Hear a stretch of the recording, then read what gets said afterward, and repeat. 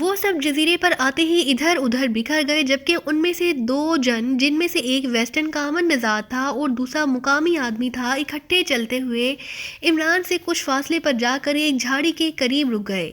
جزیرہ تو خالی لگتا ہے روہیل، پر یہ راکی اور وہ باقی شاہی ایجنٹ کہاں چلے گئے؟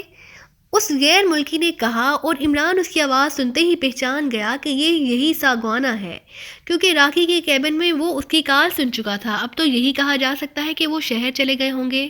دوسرے آدمی نے، جو مقامی تھا اور جس کا نام روہیل لیا گیا تھا، جواب دیا، ڈکسن کو یہاں موجود ایک سٹور کا علم تھا، اس لیے میرا خیال ہے کہ اس سٹور کو چیک کر لیا جائے، کیونکہ مال بہرحال ڈکسن نے ہی کہیں کنارے لگایا ہے اور واپس شہر تک نہیں پہنچ سکا تھا۔ ساگوانا نے جواب دیا، اور پھر ایک ایک کر کے ادھر ادھر بکھرے ہوئے افراد بھی ان دونوں کے پاس پہنچ گئے، اور ان سب نے ساگوانا کو یہی بتایا کہ جزیرہ خالی ہے۔ اس کا مطلب ہے کہ راکی بھی کسی ایسی جگہ چھپ گیا تھا جہاں سے وہ انہیں نظر نہیں آیا، اور لانچ کو بھی وہ تلاش نہیں کر سکے تھے۔ لیکن عمران ساگوانا کے منہ سے یہ بات سن کر چونک پڑا کہ مال کی تلاش اسے بھی ہے۔ اس کا مطلب تھا کہ اسپیشل لانچ کا وہ خفیہ سٹور بھی خالی تھا۔ اب عمران کے ذہن میں بھی زلزلہ سا برپا ہو گیا تھا، وہ بھی یہی سوچ رہا تھا کہ مال آخر گیا کہاں۔ لیکن دوسرے لمحے وہ یہ دیکھ کر چونک پڑا کہ ساگوانا نے آگے بڑھ کر ایک کانٹے دار جھاڑی کے اندر ہاتھ نکالا، اور پھر جیسے ہی اس کا ہاتھ باہر آیا، گڑگڑاہٹ کی تیز آواز کے ساتھ ہی ایک سائڈ پر ٹھوس زمین کا بڑا سا ٹکڑا کسی صندوق کے ڈھکن کی طرح اوپر کو اٹھتا چلا گیا، اور پھر ساگوانا اور وہ مقامی آدمی جسے روہیل کہا گیا تھا اس کھلی جگہ سے نیچے اترتے ہوئے عمران کی نظروں سے غائب ہو گئے، جبکہ ان کے باقی مسلح ساتھی وہیں باہر ہی رہ گئے تھے۔ عمران ہونٹ بینچے خاموش بیٹھا ہوا تھا۔ 10-15 منٹ بعد اکیلا روہیل باہر آیا، اور اس نے باہر موجود سب افراد کو اپنے پیچھے اندر آنے کا کہا، اور وہ سب روہیل کے پیچھے چلتے ہوئے نیچے اتر گئے، اور اب جزیرہ ایک بار پھر خالی ہو گیا۔ عمران درخت سے نیچے اترا اور اس کھلی جگہ کی طرف بڑھنے لگا، اور اس کے نیچے اترتے ہی چوہان، صدیقی اور ہاور بھی درختوں سے نیچے آ گئے اور تیزی سے چلتے ہوئے عمران کے قریب پہنچ گئے۔ عمران نے اندر جھانک کر دیکھا، اور دوسرے لمحے وہ اچھل کر پیچھے ہٹ گیا۔ وہ ڈرم اندر ہیں، وہ دو آدمی وہ ڈرم اٹھائے باہر آ رہے ہیں، جھاڑیوں میں چھپ جاؤ، عمران نے سرگوشی کرتے ہوئے کہا، اور وہ سب ادھر ادھر جھاڑیوں کی اوٹ میں ہو گئے۔ تھوڑی دیر بعد دو آدمی باہر آئے تو انہوں نے ایک ڈرم اٹھایا ہوا تھا، اور اس ڈرم کو دیکھ کر عمران کا دل بلیوں اچھلنے لگا، کیونکہ اس ڈرم پر کیڑے مار ادویات کا نام وغیرہ لکھا ہوا تھا اور ڈرم سیلڈ تھا۔ دونوں آدمی ڈرم اٹھائے تیزی سے اس طرف کو بڑھ گئے جس طرف ان کی اسپیشل لانچ موجود تھی، اور ابھی انہوں نے مزید چند قدم اٹھائے تھے کہ دو اور آدمی نمودار ہوئے، اور پھر جیسے ان کا تانتا سا بن گیا۔ عمران اور اس کے ساتھی خاموشی سے جھاڑیوں کی اوٹ میں چھپے ہوئے بیٹھے رہے۔ عمران باقاعدہ ڈرموں کی تعداد گن رہا تھا، اور جب 25 ڈرم پورے ہو گئے تو سب سے آخر میں ساگوانا روہیل باہر آئے۔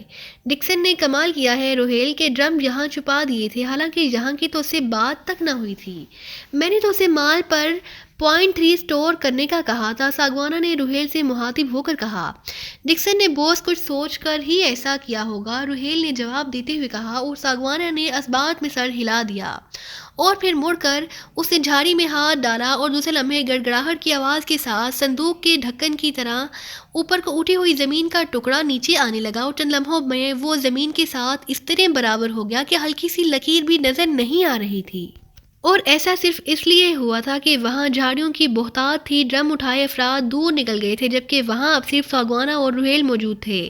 عمران نے اپنے ساتھ والی جھاڑیوں کے پیچھے موجود چوہان کو اشارہ کیا، اور دوسرے لمحے وہ جھاڑی کے پیچھے سے نکل کر بھوکے چیتوں کی طرح ان دونوں پر جھپٹ پڑے۔ ساگوانا اور روہیل دونوں کی شاید ذہن کے کسی گوشے میں بھی یہ خیال نہ تھا کہ ان کے ساتھ ایسا بھی ہو سکتا ہے، چنانچہ وہ کوئی رد عمل ظاہر ہی نہ کر سکے، اور عمران اور چوہان نے چند لمحوں میں ہی انہیں ہوش سے بے ہوشی کی سرحد میں دھکیل دیا۔ صدیقی اور ہاور بھی باہر آ گئے تھے۔ انہیں جھاڑیوں کے پیچھے ڈال دو اور اب ان کے ساتھیوں کا بندوبست کرنا ہوگا، عمران نے کہا، اور عمران کی ہدایت کے مطابق ان دونوں کو اٹھا کر جھاڑیوں کی اوٹ میں لٹا دیا گیا۔ اسی لمحے دور سے راکی بھی دوڑ کر آتا ہوا دکھائی دیا۔ کیا ہوا؟ او تم نے ساگوانا اور روہیل دونوں کو ہلاک کر دیا، ویری گڈ، راکی نے قریب آ کر کہا۔ اس نے شاید دور سے عمران کے ساتھیوں کو ان دونوں کو جھاڑیوں کے پیچھے ڈالتے دیکھ لیا تھا۔ سنو یہ راکی، یہ دونوں بے ہوش ہو چکے ہیں، ان کے ساتھ 40-42 مسلح آدمی ہیں اور لازماً اس اسپیشل لانچ میں بھی آدمی موجود ہوں گے، اور ہم نے ان سب کو وہاں سے مال نکال کر لانچ پر قبضہ کرنا ہے، عمران نے کہا۔ او وہ کیسے؟ راکی نے چونک کر کہا۔ تمہیں یقیناً یہ پہچانتے ہوں گے، عمران نے کہا۔ ہاں اچھی طرح، راکی نے کہا۔ تم تو وہاں جاؤ اور انہیں یہ کہہ کر واپس لے آؤ کہ ساگوانہ نے ان سب کو بلایا ہے، اپنے متعلق جو مرضی آئے کہہ دینا اور پھر خود وہیں رہ جانا۔ ہم اس دوران درختوں کی اوٹ لیتے ہوئے وہاں پہنچ جائیں گے۔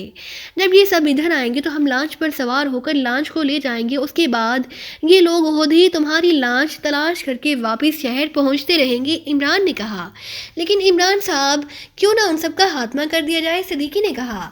نہیں، اول تو اس قدر لوگوں کو مارنا ہی فضول ہے، دوسری بات یہ کہ یہ سارے بیک وقت نہ مر سکیں گے اور چونکہ یہ مسلح ہیں اس لیے ہم پھنس سکتے ہیں، اور تیسری بات یہ کہ مال لانچ میں پہنچ چکا ہے۔ اگر ہم نے یہاں فائرنگ کی تو لانچ میں موجود افراد لازماً لانچ لے جائیں گے اور مال ایک بار پھر غائب ہو سکتا ہے، عمران نے کہا۔ کیا مطلب؟ کیا مال مل گیا ہے؟ راکی نے چونک کر پوچھا۔ ہاں، ڈکسن نے یہاں موجود ایک خفیہ گودام میں اسے رکھ دیا تھا اور اس کا علم اس سوگوانا کو بھی نہ تھا۔ جب وہ خفیہ سٹور کو کھول کر اندر گیا تو اسے معلوم ہوا، چنانچہ اس نے سارے ڈرم اپنے آدمیوں کے ذریعے لانچ میں پہنچا دیے ہیں، عمران نے کہا۔ ارے عمران صاحب، پھر اس سوگوانا اور روہیل کو آپ کسی صورت میں زندہ نہ چھوڑیں، ورنہ یہ لوگ پاتال تک بھی مال کا پیچھا نہ چھوڑیں گے۔ باقی ان افراد کو میں آسانی سے یہاں بھجوا سکتا ہوں، وہ عام کارکن ہیں، میں انہیں کہہ سکتا ہوں کہ وہاں تراکی جزیرے پر آپ نے قتل عام کیا تھا اور میں چھپ کر یہاں آیا اور اب سامنے آیا ہوں۔ راکی نے کہا۔ ٹھیک ہے چلو، عمران نے کہا اور پھر وہ اپنے ساتھیوں کی طرف متوجہ ہو گیا۔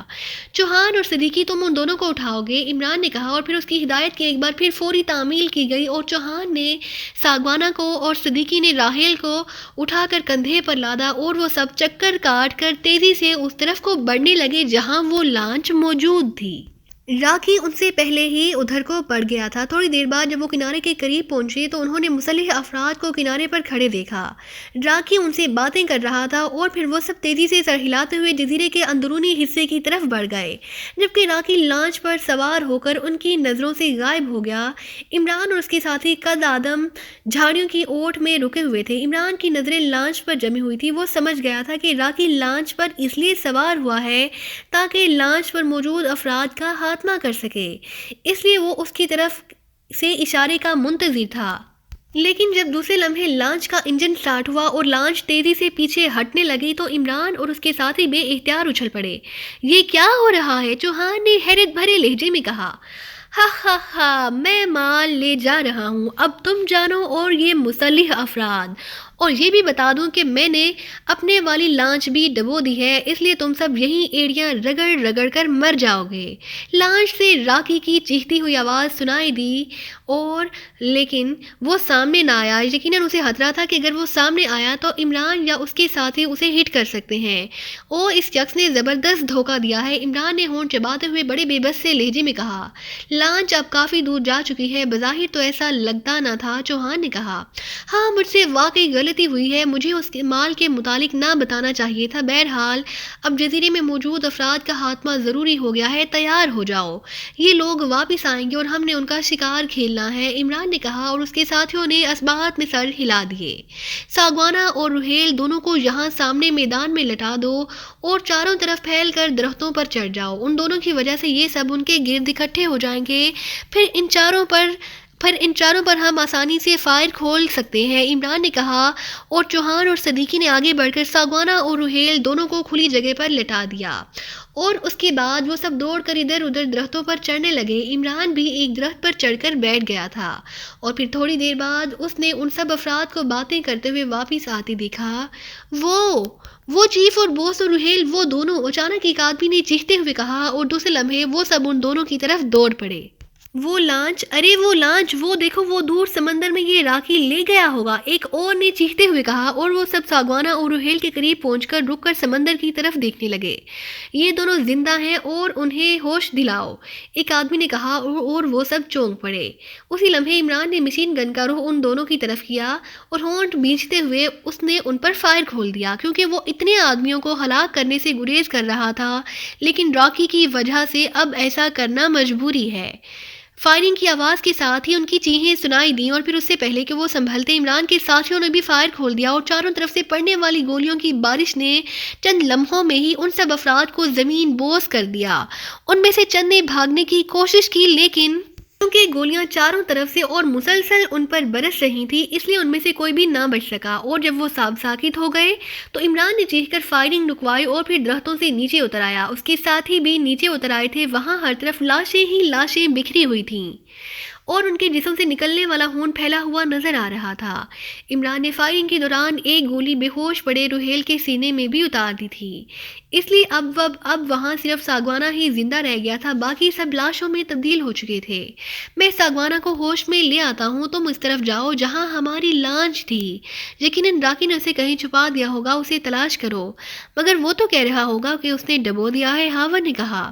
ڈبو ضرور دی ہوگی تاکہ ساگوانہ اور اس کے آدمیوں کو نظر نہ آ سکے، لیکن وہ اسے تباہ کرنے یا خراب کرنے کا رسک نہیں لے سکتا تھا، اس لیے لازماً اس نے اس کے انجن کو سیلڈ کر رکھا ہوگا، عمران نے کہا، اور اس کے ساتھی سر ہلاتے ہوئے اس طرف کو دوڑ پڑے جدھر لانچ کو روکا گیا تھا۔ عمران نے بے ہوش ساگوانہ کو لاشوں کے درمیان سے اٹھا کر دوسری صاف جگہ پر لٹایا اور پھر اس کی جیبوں کی تلاشی لینا شروع کر دی، لیکن سوائے ایک مشین پسٹل کے اس کی جیبوں سے اور کوئی سامان نہ نکلا تھا۔ عمران کی ذہنی حالت اس وقت خاصی خراب ہو رہی تھی۔ راکی نے اسے زبردست ڈاج دیا تھا اور اب عمران سوچ رہا تھا کہ نہ جانے وہ مال لے کر کہاں نکل جائے اور اسے تلاش کرنا بھی مسئلہ بن جائے گا۔ اب اسے اپنے ساتھیوں کا انتظار تھا اور پھر تقریباً نصف گھنٹے بعد چوہان اپنے ساتھیوں سمیت واپس آیا۔ عمران صاحب، لانچ واقعی پانی کی تہہ میں موجود ہے، لیکن اس کا انجن پانی پڑنے کی وجہ سے آؤٹ آف آرڈر ہو چکا ہے اور اب استعمال کرنے کے قابل نہیں رہا۔ اس احمق نے بڑے بڑے پتھر رکھ کر لانچ کو پانی میں ڈبویا تھا، لیکن یہ نہ سوچا تھا کہ اس طرح انجن ناکارہ ہو جائے گا۔ چوہان نے کہا، اس میں ٹول باکس تو ہوگا، اس سے انجن مرمت کیا جا سکتا ہے۔ عمران نے ہونٹ چباتے ہوئے کہا، میں نے چیک کیا ہے، ٹول باکس تو ہے، لیکن وہ عام سا ٹول باکس ہے، اس میں ایسے اوزار موجود نہیں ہیں جن کی مدد سے انجن کو کھول کر دوبارہ فٹ کیا جا سکے۔ چوہان نے جواب دیتے ہوئے کہا، اوکے، اب اور کوئی صورت نہیں کہ ساگوانہ کو ہوش میں لا کر اس سے معلوم کیا جا سکے، شاید اسٹور میں ٹرانسمیٹر موجود ہو۔ عمران نے کہا اور آگے بڑھ کر زمین پر پڑے ہوئے ساگوانہ پر جھکا۔ اس نے اسے گردن کو دونوں ہاتھوں سے پکڑ کر محسوس انداز میں جھٹکا دے کر سیدھا کیا اور پھر اس کا ناک اور منہ دونوں ہاتھوں سے بند کر دیے۔ چند لمحوں بعد ساگوانہ کے جسم میں حرکت کے تاثرات نمودار ہوئے اور عمران پیچھے ہٹ گیا۔ چند لمحوں بعد ساگوانہ نے کراہتے ہوئے آنکھیں کھولی۔ چند لمحوں تک تو وہ حالی نظروں سے اپنے گرد کھڑے عمران کو دیکھتا رہا، پھر اس کی نظروں میں حیرت کی شدید جھلکیاں نمودار ہوئیں اور وہ اٹھ کر بیٹھ گیا۔ کون ہو تم لوگ؟ اس نے انتہائی حیرت بھرے لہجے میں کہا۔ وہی پاکستانی ایجنٹ جنہیں تم تلاش کرنے آئے تھے، اپنے عقب میں دیکھ لو تاکہ تمہیں یہاں کی سچویشن کا درست طور پر اندازہ ہو سکے، عمران نے سنجیدہ لہجے میں کہا، اور ساگوانہ نے ایک جھٹکے سے گردن موڑی اور دوسرے لمحے اس کے منہ سے بے اختیار چیخ نکلی اور وہ مچھلی کی طرح تڑپ کر اٹھا اور مڑ کر اپنے ساتھیوں کی لاشیں دیکھنے لگا۔ دیکھ لیا اپنے ساتھیوں کا انجام؟ عمران نے اسے بازو سے پکڑ کر اپنی طرف گھماتے ہوئے کہا۔ اس کے چہرے پر شدید ترین خوف تھا۔ تم نے یہ سب کیسے کر لیا؟ تم کہاں تھے؟ او اسپیشل لانچ وہ تو یہیں تھی، ساگوانہ نے حیرت بھرے لہجے میں کہا۔ ہم یہی درختوں میں چھپے ہوئے تھے، تم نے ہمیں درختوں پر چیک کرنے کی کوشش ہی نہ کی تھی۔ ہمارے ساتھ تراکی جزیرے کا انچارج راکی تھا، اس نے ہمیں یقین دلایا تھا کہ وہ ہمارے ساتھ ہے، اس لیے ہم نے اسے تراکی جزیرے پر اس کے ساتھیوں کے ساتھ ہلاک نہیں کیا تھا اور ہم یہاں آ گئے کیونکہ راکی کے مطابق تم لازماً یہاں آؤ گے اور پھر تم یہاں آ گئے، لیکن تمہاری اس روہیل سے ہونے والی بات چیت سے ہمیں پتہ چل گیا کہ یورینیم کے ڈرم اس اسپیشل لانچ پر بھی موجود نہیں ہیں۔ حالانکہ ہمارا خیال تھا کہ مال اسپیشل لانچ کے خفیہ اسٹور میں ہوگا اور تم اسے یہاں رکھنے آؤ گے۔